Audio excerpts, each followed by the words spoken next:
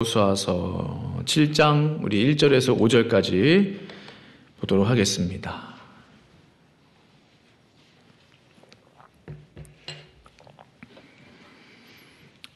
여호수아 7장 우리 1절에서 5절까지 말씀을 같이 보도록 하겠습니다. 구약 성경 여호수아 7장 우리 1절에서 5절까지 말씀 찾으신 줄 알고 저와 함께 우리 한 구절씩 읽으시고 마지막 절 같이 읽도록 하겠습니다. 제가 먼저 읽겠습니다. 이스라엘 자손들이 온전히 바친 물건으로 말미암아 범죄하였으니 이는 유다 지파 세라의 증손 삽디의 손자 갈미의 아들 아간이 온전히 바친 물건을 가졌음이라. 여호와께서 이스라엘 자손들에게 진노하시니라.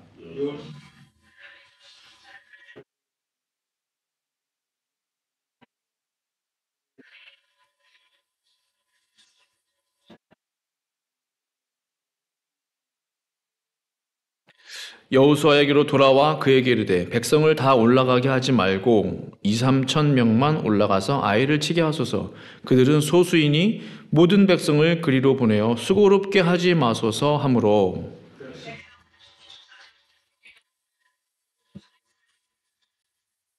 같이 있습니다. 아이 사람이 그들을 36명쯤 쳐 죽이고 성문 앞에서부터 스바림까지 쫓아가 내려가는 비탈에서 쳤으므로 백성의 마음이 녹아 물같이 된지라. 아멘. 오늘의 중보기도 제목 가지고 함께 기도하기를 원합니다. 교회 소식 8번을 보시면 중보의 기도 제목들 같이 기도해 주시고, 우리 정 권사님 얼굴 다치셔서 오늘 예배 자리에 나오시지 못했는데 위에서 기도해 주시고요. 우리 이군자 권사님 회복 중에 계시고 성탄주일날 나오시길 소망하고 있습니다. 위에서 같이 기도해 주시길 바랍니다. 우리 함께 통성으로 기도하겠습니다. 할렐루야. 하나님 아버지, 교회 모든 성도님들이 한 해를 잘 마무리하게 하시고 은혜와 능력으로 새해를 맞이하게 하여 주시옵소서. 여러 가지 육신의 고통 가운데 있는 성도들을 기억하여 주시고, 특히 우리 정 권사님 얼굴 다친 상처가 속히 아물고 치유함 받을 수 있도록 주 성령님 역사하여 주시옵소서. 우리 이군자 권사님 회복 중에 있습니다. 성탄 주일 예배 꼭 함께 나올 수 있도록 주님 빠른 회복을 허락하여 주시옵소서. 통기타 교실을 통하여 전도의 열매가 맺어지기를 기도하며 사모합니다. 새벽기에 복음의 문을 열어주시기를 또한 구합니다. 실로 함께 김우배 목사님의 온전한 회복을 위하여 기도합니다. 하나님 이 제자를 통하여 구원의 역사가 이루어지게 하여 주시옵시고, 하나님 아버지, 우리가 앞으로 더 나아가기를 원합니다. 아이성을 정복하며 하나님 가나안 땅을 하나님 아버지 향하여 나아갔던 이스라엘 백성들처럼 우리의 발걸음 또한 인도하여 주시옵소서. 역사하여 주시옵소서. 하나님 감사하며 찬양합니다. 감사하며 찬양합니다. 이 모든 말씀 예수님의 이름으로 간절히 기도합니다. 아멘. 아멘. 오늘 저는 아이성의 교훈, 아이성 전투의 교훈이라는 제목으로 하나님 말씀 증거하기 원합니다. 세계 그 전쟁 역사들을 이렇게 돌아보면 조금만 주의를 살폈다면, 그 경고의 메시지들을 조금만 더 집중해서 듣고 귀 기울였다면 막을 수 있었던 전쟁들이 굉장히 많이 있었습니다. 그 중에 하나의 전쟁이 뭐냐? 우리가 잘 아는 진주만 공습입니다. 얼마든지 그 전쟁을 막을 수 있었다고 해요. 일본 외교 문서를 미 정보기관이 감청했습니다. 도청해서 분석한 결과 일본이 곧 미국 하와이 진주만을 공습할 것이다라는 이제 그 첩보를 듣게 된 거예요. 또한 동남아시아 하와이 인근에 일본군들의 움직임들이 있었어요. 포착됐어요. 수상한 움직임들이 보였어요. 또 결정적인 게 뭔지 아세요? 진주만 공습 당시에 일본군 잠수함 여러 척이 진주만 앞바다에서 발견이 돼서 경고 없이 격침시켰다고 합니다. 공습 1시간 전쯤 돼요. 그런데 왜 미국은 이러한 경고들을 무시했을까? 그 먼 데서 날아와 진주만을 공습한다고? 미국을 대항해서 전쟁을 벌인다고? 전면전을 지금 펼치겠다고? 그 누구도 믿지 않았어요. 그 누구도 그들의 경고를 주의 깊게 듣지 않았어요. 설마 일본이 미국을, 이런 생각이 많았던 거죠. 설마가 어떻게 돼요? 사람 잡는다. 1941년 12월 7일 일요일 아침, 일본은 미국 하와이 진주만을 공습하게 됩니다. 성도 여러분, 인생의 위기도 마음을 느슨하게 하고 있을 때, 모든 일들이 잘 될 때 찾아오는 것 같아요. 공동체와 국가의 위기도 마찬가지입니다.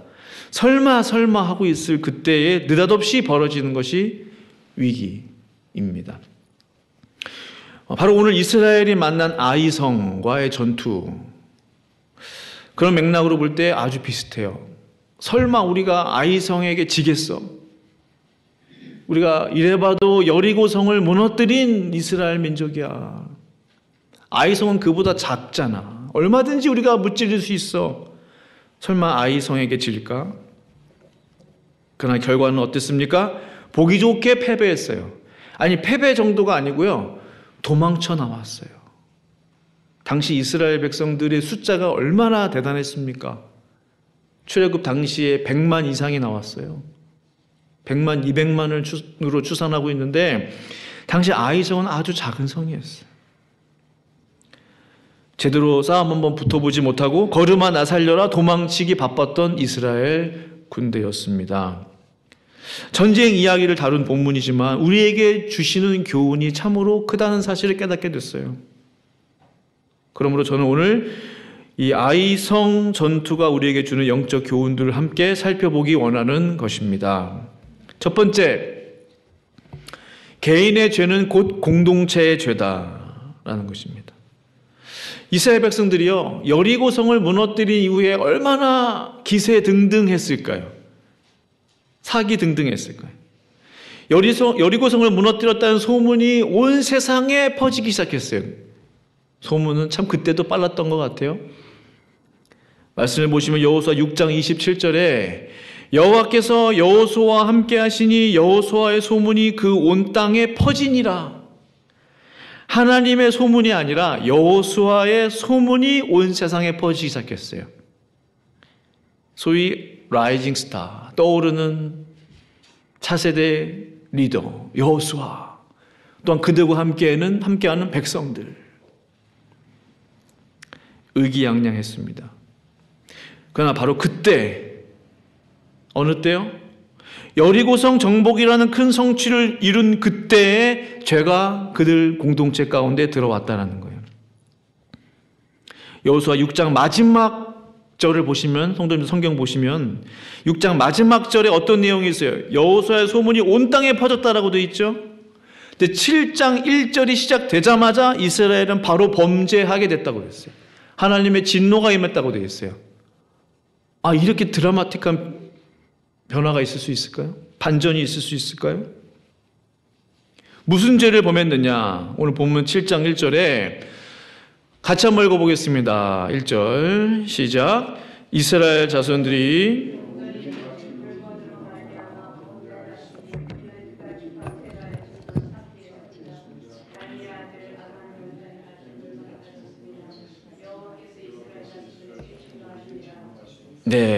말씀 보시면 온전히 바친 물건이라고 되어 있어요. 온전히 바친 물건으로 말미암아 범죄하였으니, 온전히 바친 물건이란 뭐예요? 하나님께 완전히 드려진 제물, 하나님께 완전히 바쳐진 제물이에요. 구약시대에 우리가 짐승으로 제사를 드렸잖아요. 하나님 앞에 완전히 바쳐진 제물인데 그 제물에 대해서, 그 예물에 대해서 손을 댄 사람이 있었다는 거죠.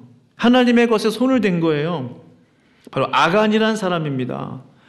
여호수아 6장 19절을 보시면 여리고성을 진멸할 때 하나님의 명령이 있었어요. 다 진멸하되 은과 금을 취하라. 동과 철을 취하라. 그것은 하나님께 구별된 것이다. 하나님의 창고에 보관하라고 하셨어요. 근데 아간이 그 하나님의 창고에 들어갈 금과 은을 훔쳐낸 것입니다. 옷도 좋아 보였는데 옷 한 벌도 훔쳐갖고 나와요. 근데 하나님께서 뭐라고 말씀하세요? 이스라엘 전체가 범죄했다고 그랬어요. 좀 억울하지 않나요? 아간이 범죄했는데 왜 하나님께서는 이스라엘 전체에 대해서 여호와께서 이스라엘 자손에게 진노하시니라 하셨을까요? 곰곰이 생각해 보십시오. 금과 은과 동과 철, 무엇을 위한 재료들일까요? 무엇이 떠오르지 않으십니까?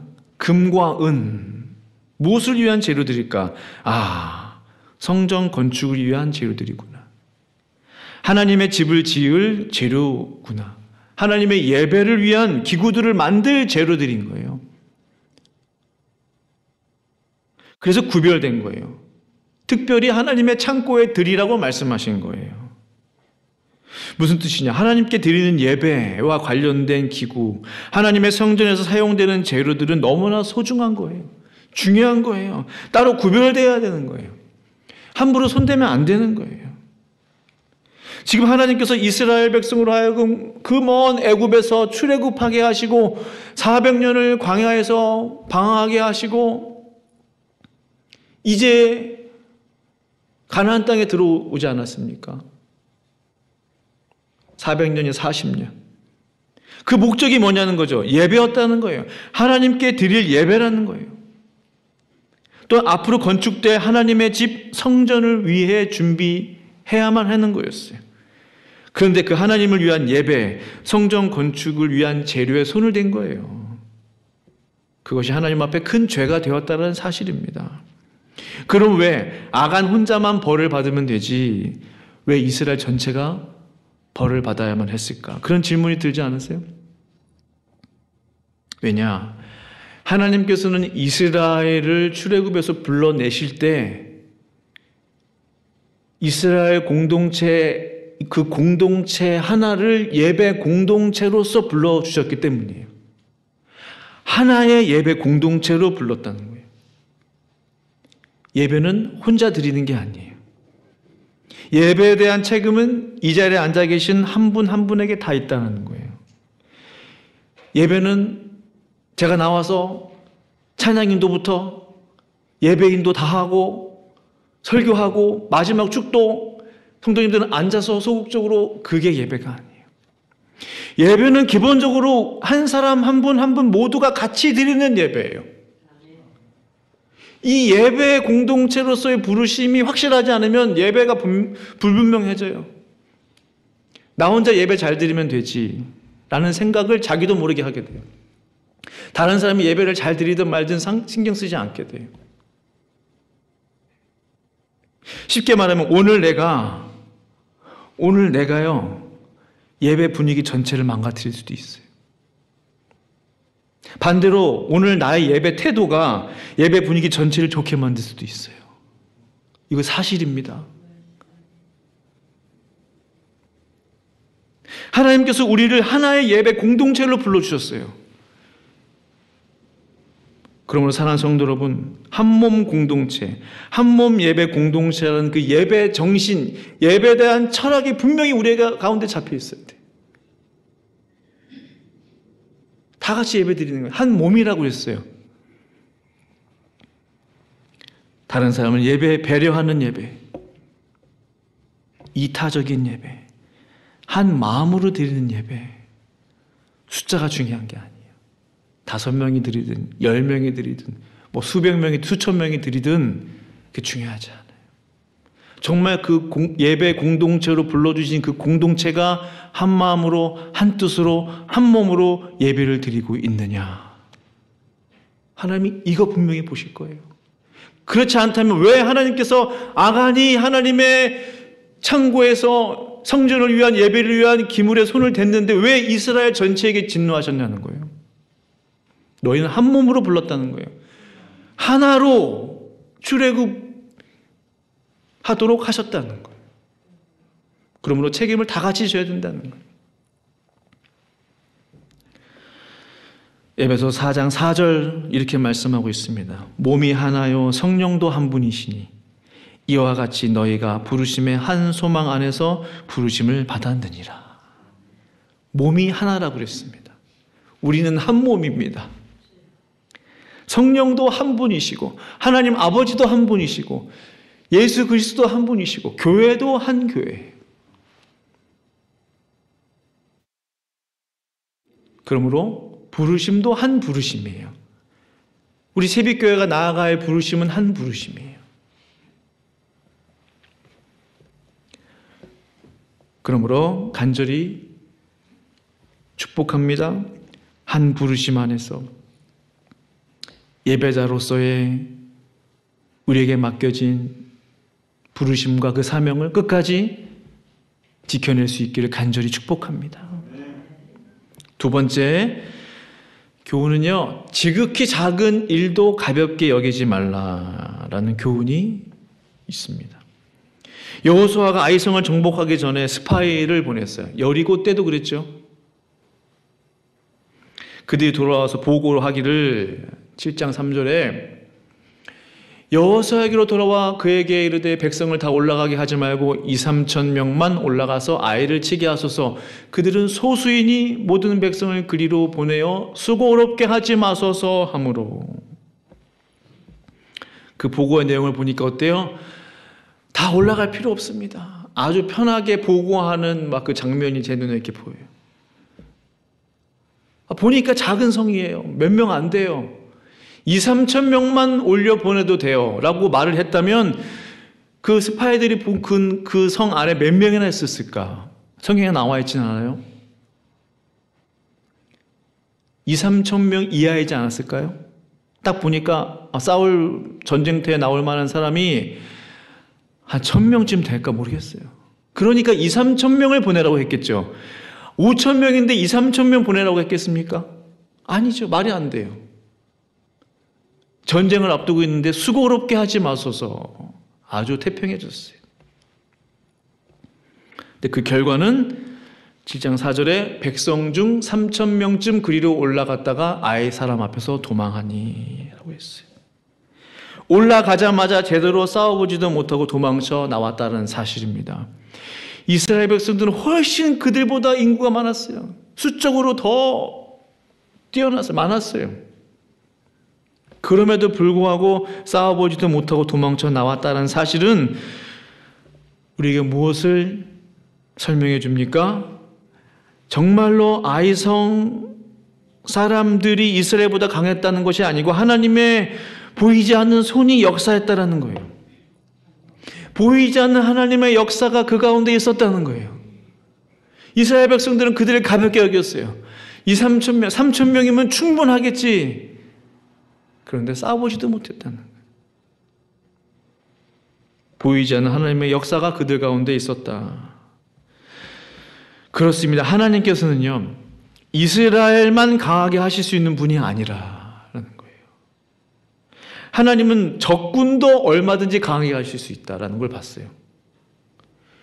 이스라엘이 지금 나올 때만 해도 100만 명, 200만 명인데 지금 아이성에 몇 명이나 됐겠어요. 10,000명도 되지 않았을 거예요, 분명 인구가.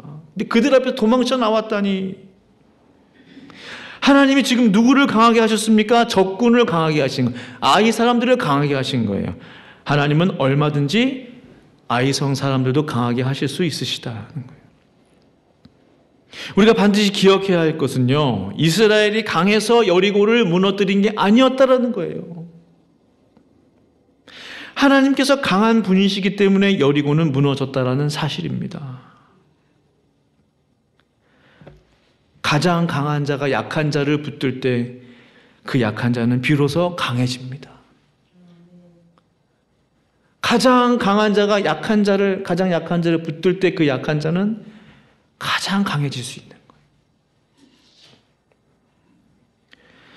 그러나 반대로 아무리 강한 자라 할지라도 그보다 더 강한 자가 그 강자를 붙잡을 때, 붙들어 맬 때 그는 그 어떠한 힘도 발휘할 수 없다라는 사실이죠. 그런데 이스라엘은 착각했습니다. 2-3천 명이면 충분하겠지. 우리 힘이면 가능하겠지. 사람들은 종종 착각합니다. 내가 잘해서 된 거지. 직접 얘기는 안 할 거예요. 그러나 은근히 마음속으로 그렇게 생각할 수도 있어요. 나 정도니까 이 정도 해냈지. 내가 좀 잘났어. 그렇게 생각하시는 분들이 없으시기를 바라요. 성경은 분명히 우리에게 말씀하고 계십니다. 시편 127편 1절에 같이 한번 읽어보겠습니다. 시작. 여호와께서 집을 세우지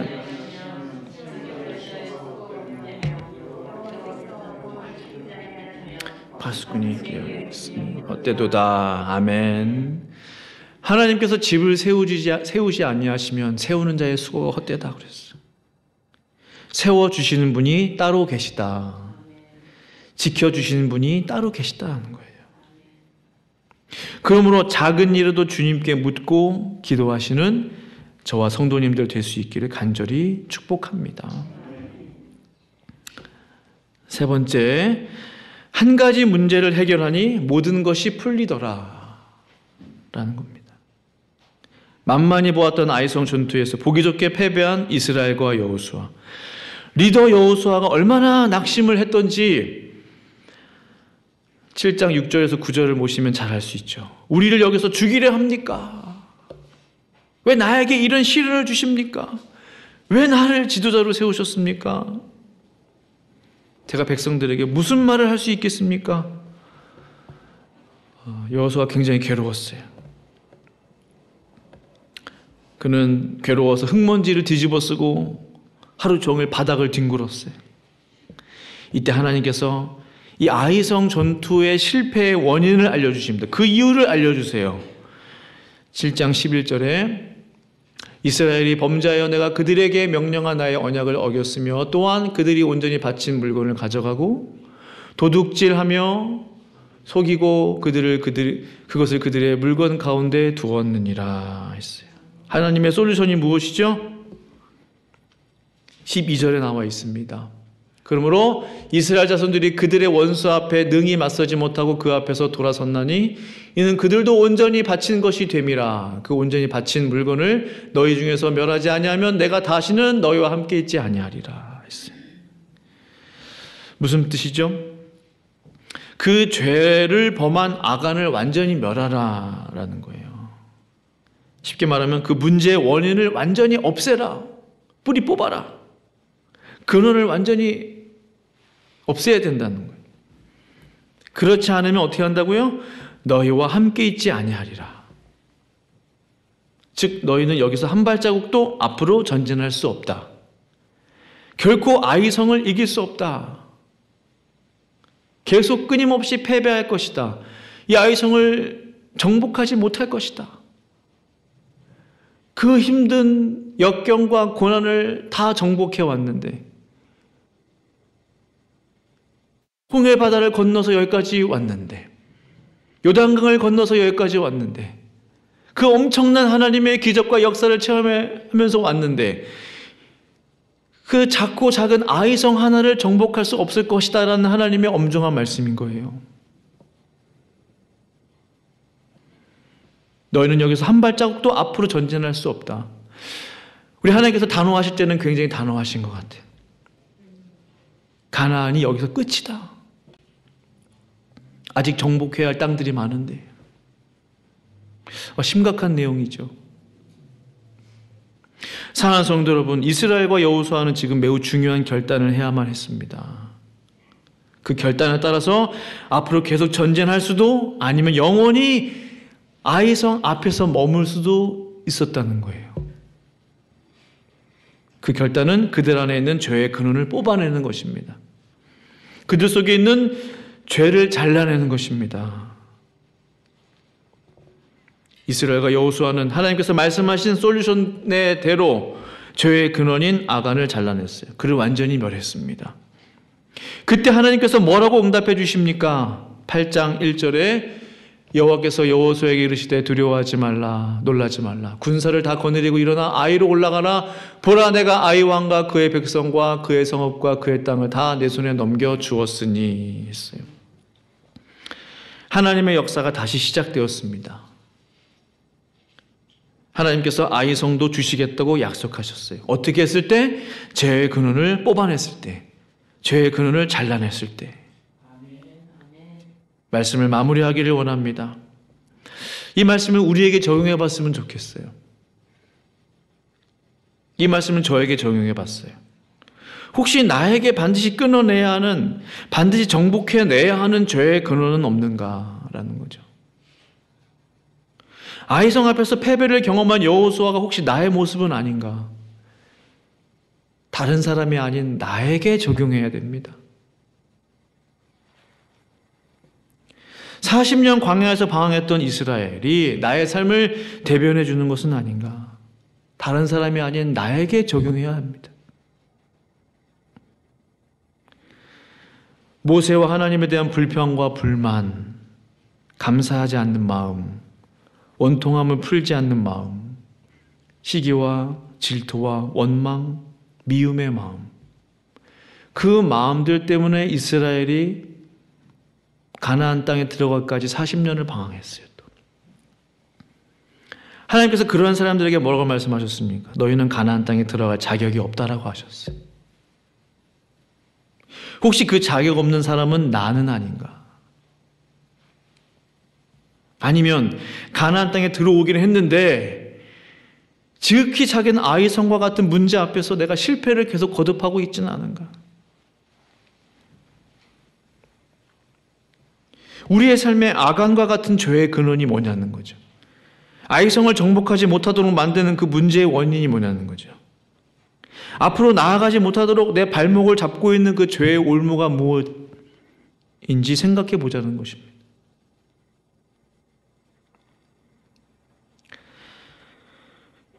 이스라엘 백성들과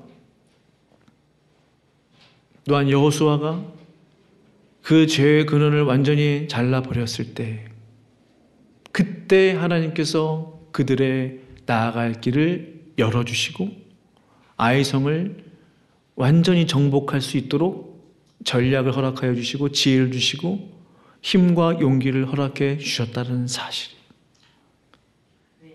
오늘 우리가 내려놓아야 하는, 주님 앞에서 우리가 해결받아야 하는 아간과 같은 그 죄의 근원은 무엇입니까? 주님 앞에 정직하게 고백할 수 있었으면 좋겠어요. 나를 좌절하게 만들고 낙심하게 만드는 그 원인이 무엇이냐는 거죠. 오늘 이 시간 그 모든 죄의 원인들을 예수 그리스도의 이름으로 잘라낼 수 있기를 간절히 축원합니다. 우리 말씀 생각하시면서 기도하면 좋겠습니다.